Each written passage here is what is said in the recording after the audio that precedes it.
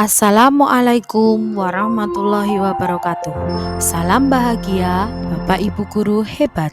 Kita berjumpa kembali pada koneksi antar materi modul 2.3 coaching untuk supervisi akademik bersama saya Dini Anasti Nugrohowati, calon guru penggerak angkatan 7 Kota Surabaya. Seperti biasa, saya akan memperkenalkan fasilitator kami, Bapak Kristianto, pendamping praktek Ibu Diana, dan saya Dini Anasti Nugrohowati, calon guru penggerak angkatan 7. Tak terasa kita sudah sampai pada koneksi antar materi modul 2.3. Ada satu pertanyaan yang terbersit dalam benak. Apa kaitan antara filosofi pendidikan Ki Hajar Dewantoro dengan konsep coaching? Tentunya kita harus mengingat kembali konsep filosofi pendidikan KHD pada modul 1.1. KHD menekankan bahwa tujuan pendidikan itu menuntun tumbuhnya atau hidupnya kekuatan kodrat anak sehingga anak dapat memperbaiki lakunya. Oleh sebab itu, keterampilan coaching perlu dimiliki para pendidik untuk menuntun segala kekuatan kodrat atau potensi murid agar mencapai keselamatan dan kebahagiaan sebagai manusia maupun anggota masyarakat. Proses coaching sebagai komunikasi pembelajaran antara guru dan murid lebih banyak memberikan ruang kebebasan kepada murid untuk menemukan kekuatan dirinya dan peran pendidik sebagai pamong dalam memberi tuntunan dan memberdayakan potensi yang ada agar murid tidak kehilangan arah dan menemukan kekuatan dirinya tanpa membahayakan dirinya sendiri. Sebagai seorang guru dengan semangat tuturi handayani, maka kita perlu menghayati dan memaknai cara berpikir atau paradigma berpikir Ki Hajar Dewantoro sebelum melakukan pendampingan dengan pendekatan coaching sebagai salah satu pendekatan komunikasi dengan semangat among. Dalam relasi guru dengan guru, seorang coach juga dapat membantu seorang coachee untuk menemukan kekuatan dirinya dalam pembelajaran. Pendekatan komunikasi dengan proses coaching merupakan sebuah dialog antara seorang coach dan coachee yang terjadi secara emansipatif dalam sebuah ruang perjumpaan yang penuh kasih dan persaudaraan. Tentunya, kaitan dasar pendidikan KHD berhubungan erat dengan nilai guru penggerak, terutama perwujudan nilai kolaboratif. Antara coach dan coachee harus terjalin keterbukaan dari coachee agar seorang coach mampu menggali potensi yang ada pada diri coachee dengan pertanyaan berbobot. Hal ini juga dipertegas dalam peran guru penggerak, yaitu menjadi coach bagi guru lain. Proses guru sebagai pamong menghantarkan pada pembelajaran yang sesuai dengan kebutuhan murid yang biasa disebut pembelajaran berdiferensiasi. Pembelajaran berdiferensiasi merupakan serangkaian keputusan masuk akal common sense yang dibuat oleh guru yang berorientasi kepada kebutuhan murid. Sebelum melaksanakan pembelajaran berdiferensiasi, guru harus melakukan analisis kebutuhan belajar murid dengan 3 cara, yaitu berdasarkan kesiapan belajar, readiness, minat, dan profiling. Saat menentukan analisis kebutuhan belajar murid, salah satunya guru bisa menggunakan teknik coaching kepada murid. Emosi guru dalam melaksanakan coaching haruslah tenang dan selalu berpikir positif. Biasanya guru akan menemui kebuntuan saat murid tidak mau menjawab pertanyaan guru atau menjawab dengan satu kata, ya atau tidak. Emosi guru sebagai coach tidak boleh terpancing. Justru, guru haruslah mengajak murid untuk latihan fokus pengenalan emosi diri dengan membangun kesadaran diri murid. Hal ini dilakukan melalui pembelajaran sosial emosional yang memuat 5 kompetensi sosial emosional. Perlu diketahui konsep coaching menurut International Coach Federation (ICF) adalah bentuk kemitraan bersama klien coaching untuk memaksimalkan potensi pribadi dan profesional yang dimilikinya melalui proses yang menstimulasi dan mengeksplorasi pemikiran dan proses kreatif. Jadi, seorang coach tidak boleh membantu coachee dan ikut campur dalam menemukan solusi dirinya. Peran seorang coach sebagai pemberi pertanyaan pemantik sangat diperlukan strategi tepat saat melakukan coaching. Selain coaching, kita pernah melakukan kegiatan lain di sekolah seperti mentoring, konseling yang sering dilakukan BK, training, dan fasilitasi. Semua itu merupakan bentuk pengembangan diri dari coaching. Lalu, apa bedanya mentoring, konseling, training, fasilitasi, dan coaching? Mari kita simak bersama perbedaannya berdasarkan tujuan dan hubungan. Mentoring tujuan membagikan pengetahuan, keterampilan, dan pengalamannya untuk membantu mentee mengembangkan dirinya. Hubungan mentor langsung memberikan tips atau solusi bagaimana menyelesaikan masalah atau mencapai sesuatu. Konseling tujuan dilakukan karena ada masalah emosi dan psikologis, fokus pada pembenahan masa lalu, dan kadang melibatkan terapi dan pendekatan remedial atau berulang. Hubungan konselor bisa saja langsung memberikan solusi kepada seorang yang membutuhkan bantuannya. Fasilitasi tujuan seseorang membantu suatu kelompok dalam mengidentifikasi dan memecahkan suatu masalah, lalu membuat keputusan untuk meningkatkan efektivitas kelompok. Hubungan fasilitator merupakan orang di luar kelompok lalu mengefektivitaskan kelompok tersebut. Training tujuan mengembangkan pengetahuan dan keterampilan trainee. Hubungan trainer yang ahli dengan kelompok yang perlu ditingkatkan pengetahuan dan keterampilannya. Coaching mempunyai tujuan membantu seseorang untuk memaksimalkan potensi pribadi dan profesional yang dimilikinya melalui proses yang menstimulasi dan mengeksplorasi pemikiran dan proses kreatif. Hubungan kemitraan antara coach dan coachee, di mana coach memfasilitasi peningkatan atas performa kerja, pengalaman hidup, pembelajaran diri, dan pertumbuhan pribadi dari coachee. Jadi sudah bisa diketahui ya perbedaannya. Mentoring, konseling, fasilitasi, dan training itu solusinya berasal dari orang yang sudah master sehingga kerjasama tidak terjadi. Sedangkan coaching, coach tidak akan memberikan solusi kepada coachee.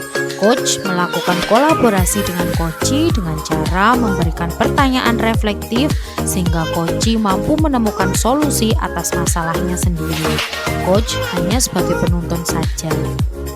Seperti yang telah dijelaskan pada slide sebelumnya, guru merupakan seorang penuntun atau pamong. Paradigma berpikir Among berkaitan erat dengan konsep coaching. Sebagai seorang pamong, guru bertindak sebagai coach dan rekan sejawat atau murid sebagai coachee. Coach dan coachee adalah mitra belajar, mempunyai kedudukan yang selaras dalam berinteraksi dan berdialog, serta melatih cara berpikir bahwa dalam proses coaching, keduanya memiliki kesepahaman yang sama tentang belajar. Coach belajar mengenali kekuatan dirinya sendiri dan kekuatan coachee saat mendengarkan aktif pernyataan dari coachee. Coachee pun juga demikian, tuntunan pertanyaan yang diberikan oleh coach memberikan ruang bagi coachee untuk menemukan kekuatan dirinya untuk mencari solusi dirinya sendiri. Proses coaching juga mampu membuka ruang emansipatif bagi coach dan coachee untuk merefleksikan kebebasan berpendapat melalui kesepakatan bersama. Ruang emansipatif memberikan peluang coachee untuk menemukan potensi dan kekuatan dirinya. Komunikasi yang emansipatif menciptakan keselarasan cara berpikir antara coach dan coachee. Proses coaching sebagai sebuah latihan menguatkan semangat Tutwuri Handayani, yaitu mengikuti, mendampingi, mendorong kekuatan diri berdasarkan cinta kasih dan persaudaraan tanpa pamrih, tanpa pemaksaan yang terjadi dalam setiap interaksi dan dialog saat coaching. Proses coaching juga merupakan sebuah ruang perjumpaan pribadi antara coach dan coachee sehingga mereka dapat membangun rasa percaya melalui terciptanya pertanyaan-pertanyaan reflektif untuk menguatkan kekuatan dari coachee. Bapak Ibu guru hebat, untuk mengembangkan potensi diri coachee perlu adanya paradigma berpikir coaching terlebih dahulu. Paradigma berpikir coaching ada 4, yaitu 1. Fokus pada coachee yang akan kita kembangkan. Fokus diletakkan pada topik apapun yang dibawa oleh rekan tersebut dapat membawa kemajuan pada coachee sesuai keinginan mereka. Misalnya pada kasus berikut, saat seorang guru atau coachee menyampaikan situasi mengenai salah satu muridnya yang mengalihkan perhatian guru tersebut. Kemudian rekan sejawatnya sebagai coach memfokuskan Koci kepada apa yang perlu dilakukan. Coba kita perhatikan contoh percakapan antara coach dan Koci berikut ini. Bu, bantu saya dong. Saya kewalahan nih menghadapi salah satu murid saya di kelas.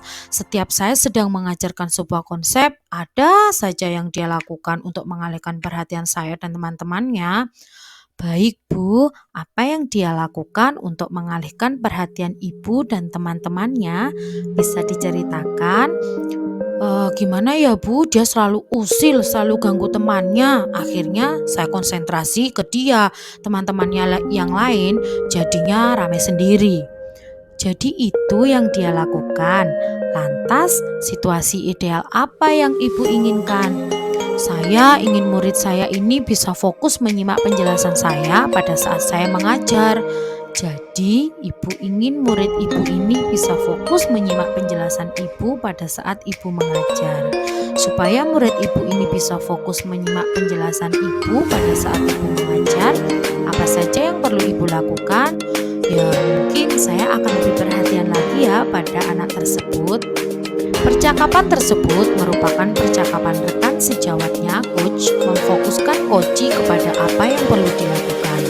Percakapan ini berlanjut kepada hal-hal apa saja yang guru tersebut perlu lakukan berbeda. Apa yang perlu diketahui atau kuasai untuk dapat mencapai tujuan, yaitu sang murid dapat fokus menyimak penjelasannya pada saat dia mengajar. Bersikap terbuka dan ingin tahu. Ciri-ciri dari sikap terbuka dan ingin tahu ini adalah berusaha untuk tidak menghakimi, melabel, berasumsi, atau menganalisis pemikiran orang lain, mampu menerima pemikiran orang lain dengan tenang dan tidak menjadi emosional, tetap menunjukkan rasa ingin tahu yang besar terhadap apa yang membuat orang lain memiliki pemikiran tertentu. Agar kita dapat bersifat terbuka, kita perlu selalu berpikir netral terhadap apapun yang dikatakan atau dilakukan rekan kita. Contoh kalimat yang bisa diucapkan adalah, pada saat saya mendengarkan apa-apa yang Ibu ceritakan, saya menangkap adanya keinginan Ibu untuk terus berusaha sebisa Ibu. Apakah betul seperti ini, Bu? Paradigma berpikir coaching yang ketiga adalah memiliki kesadaran diri yang kuat. Kesadaran diri yang kuat membantu kita untuk bisa menangkap adanya perubahan yang terjadi selama pembicaraan dengan rekan sejawat. Kita perlu mampu menangkap adanya emosi atau energi yang timbul dan mempengaruhi percakapan baik dari dalam diri sendiri maupun dari rekan kita. Paradigma berpikir coaching yang keempat adalah mampu melihat peluang baru dan masa depan.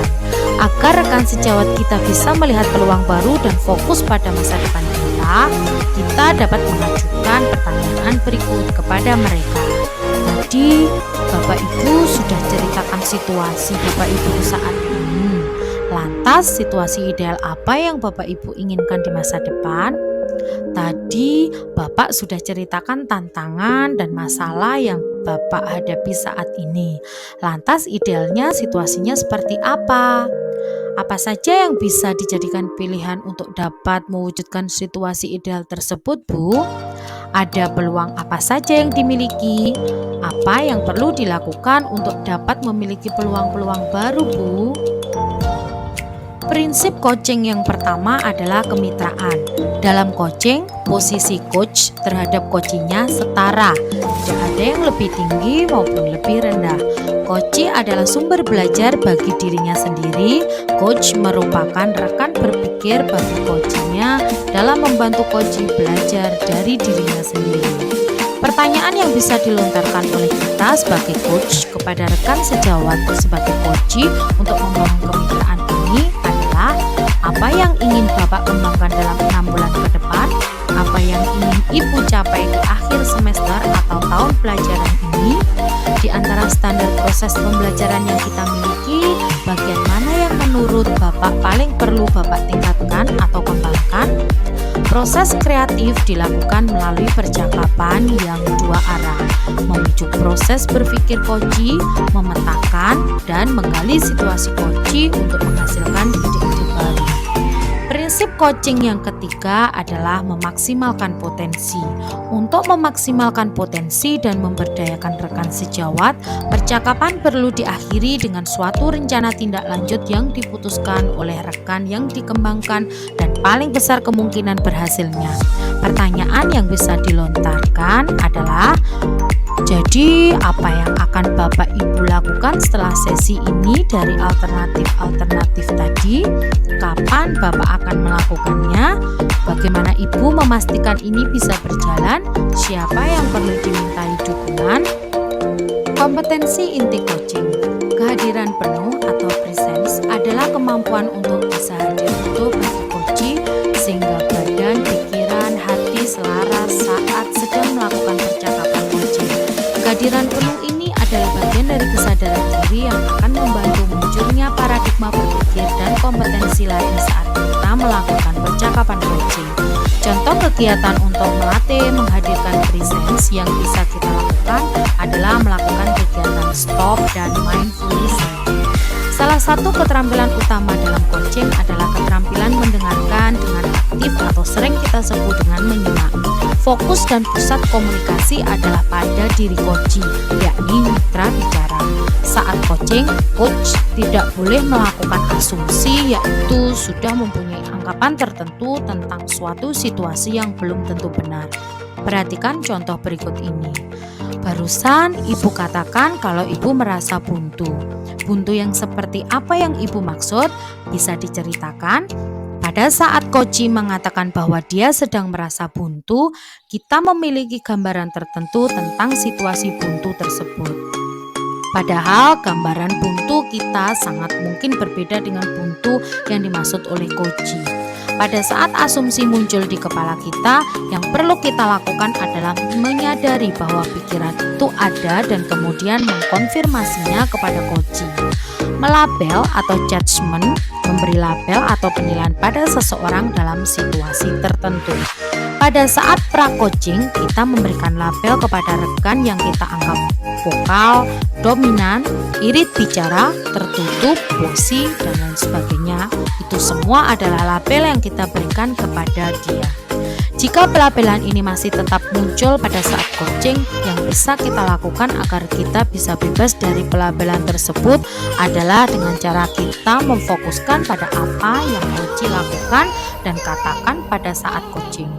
Jika kita merasa bahwa penilaian kita ini penting untuk disampaikan kepada coach, maka kita perlu mengkonfirmasinya dengan sangat hati-hati.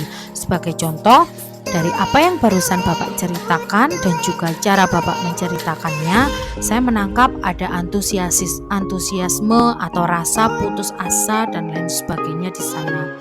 Apakah betul seperti itu, Pak? Asosiasi mengaitkan dengan pengalaman pribadi.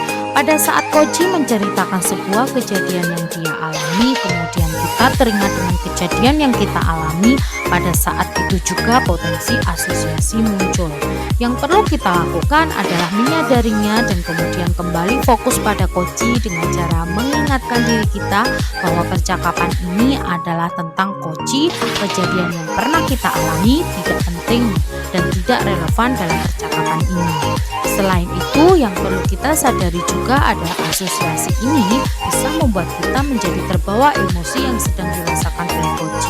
Pada saat ini terjadi, maka kita perlu melepaskan diri dari emosi tersebut dan berusaha mengembalikan emosi kita ke posisi netral agar kita tetap bisa menjadi rekan berpikir coach kita. Kompetensi inti coaching yang ketiga adalah pertanyaan berbobot. Pertanyaan berbobot memiliki ciri-ciri sebagai berikut. Hasil mendengarkan aktif dengan menggunakan kata kunci yang didapat dari mendengarkan coach, membantu coach, membuat coach mengingat, merenung, dan merangkai fakta sehingga dapat memahami apa yang terjadi pada dirinya, bersifat terbuka dan eksploratif, struktur kalimat terbuka, membuat coach harus menjawab sambil berpikir, diajukan di momen yang tepat, tidak terburu-buru dalam mengajukan pertanyaan, dan ditanyakan di waktu yang coach sudah siap memprosesnya. Setelah kita mengetahui ciri-ciri pertanyaan berbobot, tentunya kita perlu mengetahui bagaimana kiat-kiat untuk mengajukan pertanyaan berbobot. Kiat-kiat yang dapat kita coba adalah 1. Merangkum pernyataan-pernyataan coach koci dari hasil mendengarkan aktif. 2. Menggunakan kata apa, bagaimana, seberapa, kapan, dan di mana dalam bentuk pertanyaan terbuka. 3. Menghindari penggunaan kata tanya mengapa karena bisa terasa ada judgement. Ganti kata mengapa dengan apa sebabnya atau apa yang membuat. 4. Mengajukan satu pertanyaan pada satu waktu, jangan memberondong. 5. Mengizinkan ada jeda atau keheningan setelah koci selesai bicara, tidak buru-buru bertanya. Juga izinkan ada keheningan saat koci memproses pertanyaan. 6. Menggunakan nada suara yang positif dan memberdayakan. Setelah mempelajari tentang mendengarkan aktif, berikut ini adalah salah satu referensi yang dapat kita gunakan untuk mengajukan pertanyaan berbobot hasil dari mendengarkan aktif, yaitu RASA yang diperkenalkan oleh Julian Treasure. RASA merupakan akronim dari Receive, Appreciate, Summarize, dan Ask.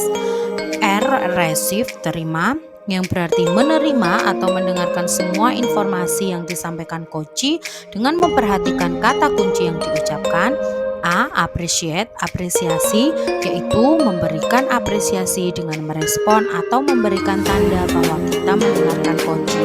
Respon yang diberikan bisa dengan anggukan, dengan kontak mata, atau melontarkan "oh ya". Bentuk apresiasi akan muncul saat kita memberikan perhatian dan hadir sepenuhnya pada koci, tidak terganggu dengan situasi lain atau sebelum bicara. S. Summarize atau merangkum. Saat koci selesai bercerita, rangkum untuk memastikan pemahaman antara coach dan koci sama. Perhatikan dan gunakan kata kunci yang diucapkan koci. Saat merangkum, bisa gunakan potongan-potongan informasi yang telah didapatkan dari percakapan sebelumnya. Konfirmasi kepada koci apakah rangkuman sudah sesuai dengan yang koci inginkan. A. Ask atau tanya, sama dengan apa yang sudah disampaikan sebelumnya terkait kiat mengajukan pertanyaan berbobot. Berikut ini adalah hal-hal yang perlu diperhatikan saat mengajukan pertanyaan. Ajukan pertanyaan berdasarkan apa yang didengar dan hasil merangkum, summarizing. Ajukan pertanyaan yang membuat pemahaman koci lebih dalam tentang situasinya. Pertanyaan harus merupakan hasil mendengarkan yang mengandung penggalian atas kata kunci atau emosi yang sudah dikonfirmasi dalam format pertanyaan terbuka menggunakan apa, bagaimana, seberapa, kapan, siapa, atau di mana. Hindari menggunakan pertanyaan tertutup mengapa atau apakah atau sudahkah. Sekarang mari kita pelajari bersama tentang alur percakapan Tirta. Tirta dikembangkan dari satu model umum coaching yang dikenal sangat luas dan telah banyak diaplikasikan, yaitu GROW model. GROW adalah kepanjangan dari Goal, Reality, Options, dan Will. Pada tahapan goal, tujuan, coach perlu mengetahui apa tujuan yang hendak dicapai koci dari sesi coaching ini. Reality, hal-hal yang nyata, proses menggali semua hal yang terjadi pada diri koci. Options, pilihan, coach membantu koci dalam memilah dan memilih hasil pemikiran selama sesi yang nantinya akan dijadikan sebuah rancangan aksi. Will, keinginan untuk maju, komitmen koci dalam membuat sebuah rencana aksi dan menjalankannya. Alur percakapan coaching Tirta dikembangkan dengan semangat merdeka belajar yang membuat kita memiliki paradigma berpikir, prinsip, dan keterampilan coaching untuk memfasilitasi rekan sejawat agar dapat belajar dari situasi yang dihadapi dan membuat keputusan-keputusan bijaksana secara mandiri. Tirta merupakan kepanjangan dari tujuan umum, identifikasi, rencana aksi, tanggung jawab. Tujuan umum pada tahap awal di mana kedua pihak coach dan koci menyepakati tujuan pembicaraan yang akan berlangsung. Idealnya tujuan ini datang dari koci. Yang dapat ditanyakan kepada koci di antaranya, apa rencana pertemuan ini, apa tujuannya, apa tujuan dari pertemuan ini, apa definisi tujuan akhir yang diketahui, apakah ukuran keberhasilan pertemuan ini. Identifikasi, coach melakukan penggalian dan pemetaan situasi yang sedang dibicarakan dan menghubungkan dengan fakta-fakta yang ada pada saat sesi. Beberapa hal yang dapat ditanyakan dalam tahap identifikasi ini diantaranya adalah kesempatan apa yang Bapak miliki sekarang dari skala 1 hingga 10, kekuatan Bapak dalam mencapai tujuan tersebut? Peluang atau kemungkinan apa yang bisa Ibu ambil? Apa hambatan atau gangguan yang dapat menghalangi Bapak dalam meraih tujuan? Apa solusinya, Bu? Rencana aksi, pengembangan ide atau alternatif solusi untuk rencana yang akan dibuat. Pertanyaannya yaitu, apa rencana Ibu dalam mencapai tujuan? Adakah prioritas? Apa strategi untuk itu, Pak? Bagaimana jangka waktunya? Apa ukuran keberhasilan rencana aksi Bapak ini? Bagaimana cara Ibu mengantisipasi gangguan? Tanggung jawab membuat komitmen atas hasil yang dicapai dan untuk langkah selanjutnya. Pertanyaan yang dilontarkan oleh coach adalah, apa komitmen Bapak terhadap rencana aksi? Siapa dan apa yang dapat membantu Ibu dalam menjaga komitmen ini? Bagaimana dengan tindak lanjut dari sesi coaching ini? Kemampuan seorang coach untuk dapat menavigasi tujuan dan arah percakapan yang dibutuhkan coach menggunakan acuan interaksi berikut ini.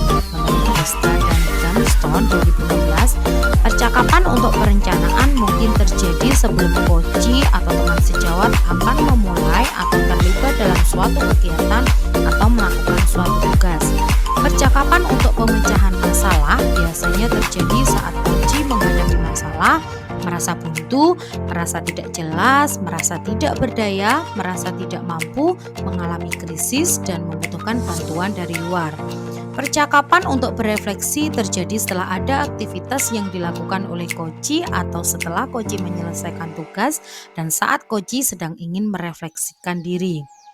Percakapan untuk kalibrasi terjadi saat coach ingin melakukan nilai kinerja atau perkembangannya terhadap suatu standar atau kriteria dan saat perlu melakukan penyesuaian ulang atas rencana terhadap standar atau kriteria tersebut.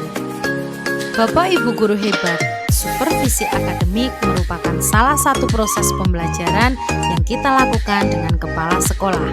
Dengan kata lain, proses coaching terjadi antara kepala sekolah dan guru. Pada umumnya, pelaksanaan supervisi akademik didasarkan pada kebutuhan dan tujuan sekolah dan dilaksanakan dalam 3 tahapan, yakni perencanaan, pelaksanaan supervisi, dan tindak lanjut.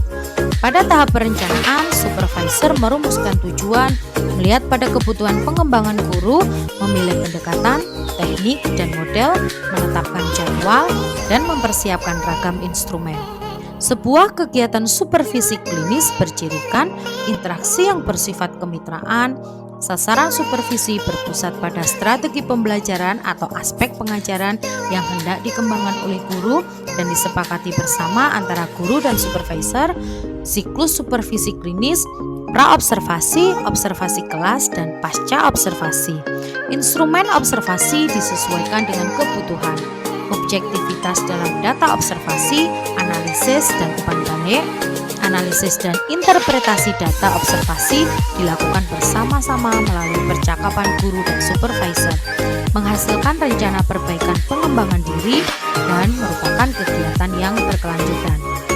Siklus dalam supervisi klinis pada umumnya meliputi 3 tahap, yakni pra-observasi. Pertemuan pra-observasi ini merupakan percakapan yang membangun hubungan antara guru dan supervisor sebagai mitra dalam pengembangan kompetensi diri. Observasi, aktivitas kunjungan kelas yang dilakukan oleh supervisor, dan pasca observasi, percakapan supervisor dan guru terkait hasil data observasi, menganalisis data, umpan balik, dan rencana pengembangan kompetensi. Proses percakapan bersifat reflektif dan bertujuan perbaikan ke depan.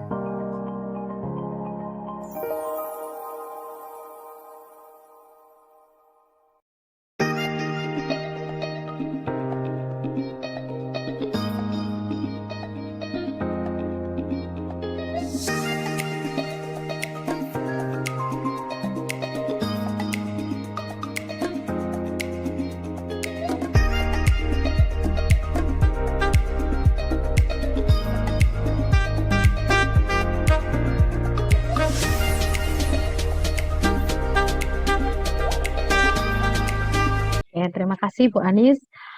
Coach saya Dini Anasti Nugrawati, coachingnya Ibu Farah Mayuanita, pengamatnya Bu Anis Fitria Wijayanti. Jadi sinopsisnya, saat jam isoma sekolah, Bu Farah memanggil Bu Dini yang saat itu baru masuk ruang guru karena selesai mengajar, langsung diajak rumpi menggebu. Bu Farah mengajak mengobrol Bu Dini di bangkunya tentang Bu Anis, guru pindahan dari luar kota yang sombong karena dianggap Bu Farah tidak pernah menyapa teman di ruang guru.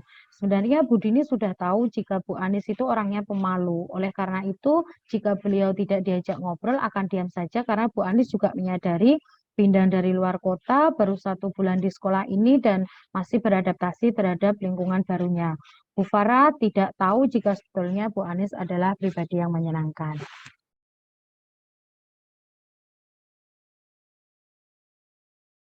Bu Farah, monggo. Saya mulai ya Bu Dini. Ya. Sweet. Dek, sini ya toh. Ya Bu Farah, ada yang bisa saya bantu? Dek, tahu kan yang duduk di belakang itu guru baru pindahan dari luar kota itu loh Bu Anis. Oh, tahu Bu. Bu Anis ya? Kenapa memangnya? Ini duduk dulu, ayo ngerumpi longgar. Longgar nggak kamu kali ini? Boleh Bu, longgar banget. Kira-kira apa yang bisa saya dengarkan dari tujuan pertemuan kita ini, Bu Farah? Aku itu loh Dek, kenapa gemes banget sama Bu Anis. Tiap papasan nggak pernah tersenyum. Dia senyumnya ketus banget kelihatannya. Kemarin pas 6 pagi di lapangan, tak sapa. Bu Anis sini. Diem aja. Gak noleh juga. Mosok sih gak denger saat aku panggil. Keras banget loh suaraku itu. Bayangkan di lapangan sekeras apa suaraku. Angku dan songgo banget ya Bu Anis itu. Apa tak laporan aja kepada kepala sekolah karena nggak mau pro sama temen. Jadi gitu ya Bu Farah ya. Menurut Ibu, Bu Anis terlalu angkuh ya. Bisa dikatakan cuek karena Bu Farah mencoba menyapa saat berpapasan, tapi Bu Anis diem saja. Iya bener Dek. Sebenarnya bukan masalah serius sih, tapi lama-lama kan aku kelihatan sebel banget sama dia. Tidak serius itu maksudnya Bu Farah gimana Bu? Itu Bu Anis nggak balas sapaannya aku. Sombong, sepertinya hal yang biasa. Gitu ya Bu. Lalu menurut Ibu kesombongan Bu Anis itu levelnya berapa sih Bu kalau boleh tahu? Tak nilai ya kira-kira 6 lah. Hah? Tinggi juga ya Bu Farah ya level sombongnya Bu Anis. Jangan berlarut Ibu, nanti jadi cinta loh Bu. Benci itu kan benar-benar cinta. Sebelum kita cari solusi bersama, aku mau ajak Bu Farah nenangin diri dulu deh. Aku punya permainan namanya Red Balloon. Jadi gimana Bu? Gini, Bu Farah bayangin di mulutnya Bu Farah itu sedang ada balon merah. Terus tiup Bu.